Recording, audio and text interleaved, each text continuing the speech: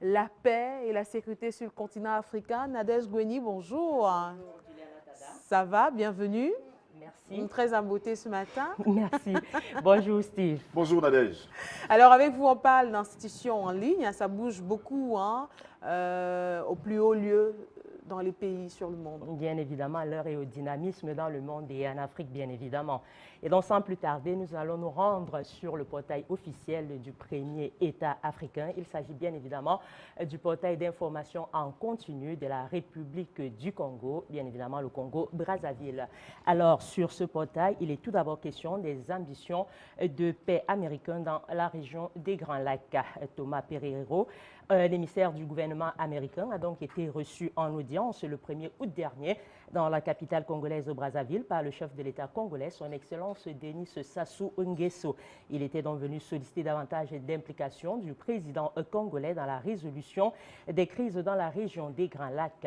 Notons que Thomas Pereiro a précisément sollicité davantage d'implication du président congolais dans l'accroissement de la sécurité, de la paix et du dialogue politique dans cette partie de l'Afrique, emploie bien évidemment à des crises politico-militaires incessantes, en dépit donc des efforts de la communauté internationale. Nous restons en Afrique centrale sur le portail officiel de la présidence de la République tchadienne cette fois-ci pour parler de coopération bilatérale. Le président Idriss Déby Itno a donc reçu mardi une délégation d'hommes d'affaires des Émirats arabes unis. La délégation du bureau royal chargée donc des investissements des Émirats arabes unis, conduite par le président de son conseil d'administration, Sultan Al-Matouchi. Ils ont également échangé longuement avec le chef de l'État tchadien et président en exercice de l'Union africaine. Le séjour de cette délégation des Émirats arabes unis, qui débarque donc pour la première fois au pays du Toumaï, intervient suite à la récente visite d'amitié et de travail en juin dernier du chef de l'État tchadien aux Émirats arabes unis. Une visite de courte durée au cours de laquelle donc le président Idriss Déby Itno a demandé aux hommes d'affaires émiratis de venir investir massivement au Tchad. Nous restons en Afrique centrale sur le portail officiel du gouvernement gabonais, cette fois-ci pour parler de l'accord de partenariat économique avec l'Union européenne. Et le chef de l'État gabonais, le président Ali Bongo Ondimba, a donc plaidé samedi dernier en faveur de la reprise des négociations conjointes en vue donc de la signature de l'accord de partenariat économique APE complet, juste et équilibré devant donc lier l'Afrique centrale à l'Union européenne, soulignant que cet accord vise à dynamiser les échanges commerciaux entre l'Europe et l'Afrique centrale. Le président Ali Bongo Ondimba a donc été mandaté par ses pairs comme l'interlocuteur officiel de cet accord en mai 2015. Et samedi dernier, donc le 30 juin, le chef de l'État gabonais a pris part à la session extraordinaire de la conférence des chefs d'État de la communauté des États d'Afrique centrale, le CEMAC, donc organisée en République de Guinée équatoriale, a rappelé que l'Union européenne a fixé au 1er octobre 2016 donc à l'arrêt des préférences d'accès au marché européen de ses partenaires africains qui, signataires d'accords de partenariat économique APE intérimaires, n'auraient pas mis en œuvre leur engagement. Au mois de juin dernier, donc, les experts des États membres de la CEMAC ont remis au président Ali Bongo Ondimba leur rapport sur le processus à suivre à l'approche donc de cette échéance. Cap à présent en Guinée équatoriale, c'est toujours dans la zone CEMAC, en Afrique centrale bien évidemment. Il est question donc de l'inauguration de l'usine de Sonagas, l'usine d'embouteillage de gaz dans la région continentale de la Société nationale de gaz Sonagas a donc été inaugurée par le chef de l'État équato-guinéen, son Excellence Obiang Bazogo. Et cette inauguration s'est donc déroulée à Bata. C'était à l'occasion donc de la commémoration du 37e anniversaire du golpe de Libertad, célébré donc hier mercredi 3 août 2016. L'industrialisation ne consiste qu'en la réalisation de grandes transformations. Pour cela donc la Guinée équatoriale commencera par les petites industries afin que nous dépendons de nous-mêmes, a donc souligné le chef de l'État équato-guinéen, qui a donc conclu son adresse en avertissant que la vente des produits locaux doit également s'élargir à d'autres pays. En République démocratique du Congo, c'est toujours en Afrique centrale, mais dans la région des Grands Lacs cette fois-ci, il est surtout question du rapport sur le développement en Afrique de la BAD, la Banque africaine de développement. L'édition 2015 donc, du rapport sur le développement en Afrique du groupe de la Banque africaine de développement BAD indique que les économies africaines connaissent une période de croissance inédite depuis une décennie, mais la pauvreté et les inégalités n'ont pas pour autant diminué en proportion inverse de cette croissance. Le rapport de la BAD donc, a été lancé en fin de semaine dernière au siège de l'institution à Abidjan, c'est en Côte d'Ivoire, et le rapport souligne donc le rôle indirect des diverses formes d'inégalité qui empêchent la croissance de l'Afrique de se traduire en une prospérité et pour tous. À noter donc que dans sa stratégie décennale 2013-2022, le groupe de la Banque africaine de développement entend donc collaborer avec ses pays membres régionaux, stimuler une croissance inclusive de plus en plus verte. Après l'Afrique centrale et la région des Grands Lacs, nous mettons le cap à présent en Afrique de l'Ouest en nous rendant ainsi tout d'abord sur le portail officiel d'information de la République du Togo où il est d'abord question d'un léger remaniement qui a eu lieu donc au sein du gouvernement Gnassingbé. Le gouvernement a donc été légèrement remanié lundi soir en République du Togo. Le ministre en charge de l'économie, des finances et de la planification du développement, Adji Otet Ayassor, quitte donc son poste. Il est remplacé par Sani Yaya, le ministre du Budget. Autre nouveauté donc, c'est la création d'un secrétariat d'État auprès du ministre de la Justice et des Relations avec les institutions de la République chargées des droits de l'homme qui revient donc à Madame Nakpa Mpolo. Le reste du gouvernement reste donc inchangé. Et nous sortons de la République du Togo par la dynamisation des échanges entre Lomé et Abuja. Le président Faure Gnassingbé a donc effectué mardi donc une visite de travail au Nigeria. Il s'est entretenu avec son homologue nigérien, le président Muhammadu Buhari. Les deux hommes d'État ont évoqué l'excellente qualité des relations bilatérales et souligné donc la volonté de développer les échanges. Le président Faure Gnassingbé a également visité dans les environs de Lagos, la capitale économique du Nigeria, une des cimenteries du groupe Dangote, dont le ciment est déjà présent sur le marché togolais. Nous restons en Afrique de l'Ouest sur le portail officiel de la présidence de la République nigérienne où il est également question de coopération bilatérale. Le chef de l'État nigérien, son Excellence Issoufou Mahamadou, a lui également reçu mardi en fin d'après-midi, le 2 août dernier, donc l'ambassadeur d'Australie au Niger avec résidence à Abuja au Nigeria, M. Paul Lehmann, qui a donc remis au chef de l'État nigérien un message du Premier ministre d'Australie l'invitant à effectuer une visite officielle dans son pays à une date qui sera fixée d'un commun accord. Les deux personnalités donc ont pour ainsi dire échangé sur la coopération entre le Niger et l'Australie et sur des questions d'intérêt commun, notamment les industries minières, la sécurité, l'aide humanitaire et la formation. Nous sortons de la République du Niger donc par l'inauguration officielle de l'hôpital général de référence de Niamey. Le président Issoufou Mahamadou a donc procédé le même mardi 2 août 2016 à l'inauguration officielle de l'hôpital général de référence de Niamey, fruit de coopération sino-nigérienne. Cet hôpital a notamment pour mission de servir de centre de référence aux autres formations sanitaires de 3e niveau et de dispenser des soins et services principalement tertiaires aux malades internes et externes d'un coût global de 44 milliards de francs CFA et d'une capacité de 500 lits. Ce complexe ultramoderne dont de la Chine, construit sur une superficie de 16 hectares à la périphérie nord de Niamey, est donc le plus grand et le plus moderne hôpital de référence de l'Afrique de l'Ouest. Nous restons en Afrique de l'Ouest sur le portail officiel de la présidence de la République sénégalaise cette fois-ci pour faire tout d'abord le bilan à mi-parcours du PUDC. Le chef de l'État sénégalais, donc son Excellence Macky Sall, a eu une séance de travail le mardi 2 août avec des membres du gouvernement et du PNUD pour passer en revue les grands projets du programme d'urgence de développement communautaire en abrégé PUDC. Le bilan présente déjà des résultats et des perspectives encourageantes, dont près de 800 km de pistes rurales en chantier, parmi lesquelles plus de 130 km déjà achevés. 500 villages ont déjà été électrifiés et plusieurs forages réalisés.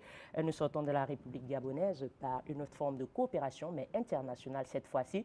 Il s'agit toujours du président Macky Sall qui a donc reçu le représentant résident de la Côte Coréa, entendez l'International Cooperation Agency, la COACA, et qui a donc fait ses adieux mardi au chef de l'État sénégalais au terme de sa mission dans le pays. À cet effet, donc, il a été élevé au rang de chevalier de l'Ordre national du Lion par le chef de l'État sénégalais. La coopération entre le Sénégal et la République de Corée s'est donc renforcée dans les secteurs de l'agriculture, de l'éducation et de l'énergie, entre autres. Toujours en Afrique de l'Ouest, sur le portail officiel de la présidence de la République malienne, il est surtout question donc de l'allocution de Madame la Première Dame du pays à la cérémonie commémorative de la Journée panafricaine des femmes édition 2016 qui a donc eu lieu au Palais de la Culture Amadou Hampâté-Bâ le 1er août dernier. Et cette journée s'est donc célébrée au Mali sous le thème de comment promouvoir la participation communautaire dans l'assainissement du Mali. Et nous sortons de l'Afrique de l'Ouest par la Guinée-Conakry où il est surtout question donc de l'atelier de formation sur les principes programmatiques des Nations Unies. Le ministère du Plan de la coopération internationale, en collaboration avec le système des Nations Unies, a donc procédé le mardi 2 août au lancement de l'atelier de formation sur les principes de programmation des Nations Unies, d'une importance capitale pour la poursuite des programmes de coopération entre le gouvernement guinéen et le système des Nations Unies en Guinée. L'objectif étant donc de permettre aux participants d'acquérir les connaissances et les aptitudes nécessaires pour l'application des principes pragmatiques des Nations Unies et les directives onusiennes pour la formulation du bilan commun des pays BCP 2016 et du plan cadre des Nations Unies pour l'aide au développement PNUAD ou UNDAF pour la période 2018-2022, aligné donc sur les priorités nationales de développement. Et nous sortons de la Guinée-Conakry donc par les Jeux Olympiques de Rio, édition 2016 donc de ces Jeux Olympiques. Conduite par le ministre en charge des Sports, une délégation guinéenne est donc en route pour l'ouverture des Jeux Olympiques de Rio 2016 qui aura donc lieu demain vendredi 5 août. La Guinée-Conakry est représentée cette année par 6 personnes, 3 hommes et 3 femmes en 3 disciplines différentes: athlétisme, judo et nage. Nous mettons le cap à présent en Afrique du Nord en nous rendant sur le portail officiel du Royaume du Maroc où il est question également de coopération bilatérale. Le président de la Chambre des représentants, M. Rachid Talbish Alami, a donc eu mardi à Rabat des entretiens avec une délégation de l'Assemblée nationale camerounaise dans la perspective de renforcer la coopération parlementaire bilatérale. Lors de cette rencontre, les membres de la délégation camerounaise conduite par la présidente de la Commission des finances et du budget, Mme Moutimbo Rosette, ont souligné l'importance de développer davantage les relations entre le Maroc et le Cameroun dans divers domaines en donnant notamment un nouvel élan à la coopération entre les deux institutions législatives. Après l'Afrique, nous mettons le cap à présent en Europe, le vieux continent, en nous rendant ainsi tout d'abord sur le portail officiel de la Principauté de Monaco où il est également question de coopération bilatérale. Du 27 au 29 juillet 2016, donc une délégation du département des relations extérieures et de la coopération s'est rendue donc en visite officielle en République islamique de Mauritanie afin de s'entretenir avec les autorités mauritaniennes et rencontrer dans les partenaires de la coopération monégasque. Cette visite a donc permis de renforcer les relations bilatérales entre les deux États, notamment par la signature d'accords cadres de coopération. Pour rappel donc, les relations diplomatiques entre la Principauté de Monaco et la République islamique de Mauritanie ont été officiellement établies en 2011. La Mauritanie est par ailleurs un pays d'intervention prioritaire de la coopération monégasque depuis l'année 2002. Nous restons sur le vieux continent européen, donc cette fois-ci sur le portail officiel du Grand-Duché du Luxembourg et les questions de développement d'énergie renouvelable. Le Luxembourg a donc un objectif ambitieux en matière de développement des énergies renouvelables à l'horizon 2020 pour atteindre son objectif de 11%, notamment dans le domaine du développement de l'énergie solaire. Un nouveau règlement grand-ducal entra en vigueur le 2 août 2016 qui introduit donc une rémunération spécifique pour l'électricité produite par des installations photovoltaïques collectives a donc été arrêté et actuellement le règlement en vigueur garantit donc des tarifs d'injection pour une durée de 15 ans et uniquement pour les installations photovoltaïques dont la puissance électrique est inférieure ou égale à 30 kW. Après le vieux continent, nous mettons le cap à présent en Amérique nous rendant ainsi sur le portail officiel du gouvernement canadien pour parler du nouveau processus de nomination des juges de la Cour suprême. Et le Premier ministre canadien Justin Trudeau a donc annoncé mardi un nouveau processus de nomination des juges de la Cour suprême du Canada, ouvert et transparent, qui établit une norme plus rigoureuse en matière de reddition de comptes. En vertu donc du nouveau processus, un comité consultatif indépendant et impartial a reçu le mandat d'identifier des candidats qualifiés qui sont donc des juristes de plus haut calibre, effectivement bilingues et à l'image de la diversité du Canada. Ainsi, pour la première fois, tout avocat au juge canadien ayant les qualifications requises peut soumettre sa candidature à la Cour suprême du Canada par l'intermédiaire du commissariat à la magistrature fédérale du Canada afin d'en assurer un processus transparent. Les critères d'évaluation qui guideront le comité consultatif, le questionnaire que tous les candidats devront remplir et certaines réponses indiquées dans le questionnaire du candidat proposé donc par le Premier ministre seront rendus publics dans les prochains jours. Voilà donc livré le secret contenu sur les portails officiels et des gouvernements africains et du monde. Merci à vous, Nadège. Vous êtes la grande fouineuse de la maison. Vous fouillez partout, jusque dans les hautes institutions, hein, sur le continent et ailleurs. Alors, on parle bien sûr de l'efficacité des services de renseignement. Que peuvent-ils sur le continent pour préserver la paix, pour préserver la sécurité? L'union fait la force. Nous sommes dans une démarche de panafricanisme, d'intégration et d'unité continentale. Donc, l'union faisant la force. En tout cas, je vais simplement dire que si la religion, c'est le pion du peuple, alors le renseignement aujourd'hui passe pour être un des nerfs de la bataille géostratégique que se livrent aujourd'hui les États à travers le monde pour assurer leur survie demain. Ce qui revient donc à dire que le renseignement reste et demeure très important pour la paix et la sécurité dans nos États africains, dans la mesure où non seulement ça permet d'anticiper sur les actes, mais ça permet également de déjouer tout projet de déstabilisation, surtout dans notre contexte où l'heure est à la lutte contre le terrorisme transnational ou international, tout ce que vous voulez, avec Daesh, avec Boko Haram, avec Al-Shabaab. Donc, il est important de fédérer les efforts, aussi bien sur le plan national que continental, pour pouvoir donc mettre prévenir en sécurité, un certain nombre de choses. prévenir un Vous certain faites bien nombre de le choses, dire. oui. C'est vrai qu'on parlait des moyens qui font défaut à nos services de renseignement, mais on peut le remarquer pour le déplorer. Cela ne voudrait pas dire que les Africains ont dormi sur leur laurier à cause de ça.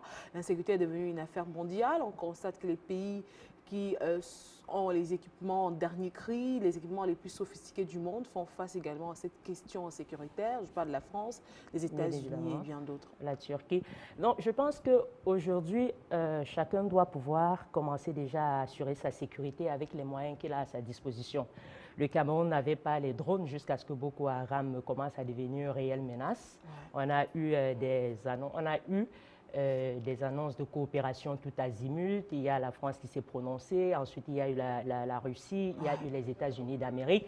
Mais une chose est sûre et certaine, c'est que si Boko Haram aujourd'hui semble étouffé dans le bassin du lac Tchad, c'est simplement parce que les compétences locales ou alors les contributions, les ressources locales ont été mises à contribution. Je vais parler justement des comités d'autodéfense qui ont été de surveillance. Mais avant ces comités, rappelons que l'apport des armées tchadiennes. Et locales, les armées locales, l'armée tchadienne, l'armée nigérienne, l'armée camerounaise se sont levées comme un seul homme, justement, avec l'aide de la population, parce qu'il faut déjà savoir que nous sommes dans cette salle. Je connais Juliana Tada, je connais Steve Jocelyn-Goss. Nous passons toutes nos journées pratiquement ensemble, mais du coup, s'il y a un intrus qui vient, tout de suite, on va l'identifier. Et donc, c'est ce qui s'est passé sur le terrain. On a donc regroupé les populations en comité de vigilance dans les premiers services de renseignement, loin des drones ou encore des satellites. Cela a permis d'anticiper un certain nombre d'actions du Boko Haram. D'actions. Je pense que c'est à côté du défaut des logistiques justement sur le renseignement, c'est peut-être cette piste-là qu'on devrait davantage travailler, exploiter et mettre donc essayer de voir comment harmoniser pour que sur le plan continental, ça se fasse, les populations soient mises réellement en contribution dans la prévention et la lutte contre l'insécurité. Merci à vous, Nadège Ngweni. Très bel éclairage, en tout cas. Merci d'avoir été avec nous.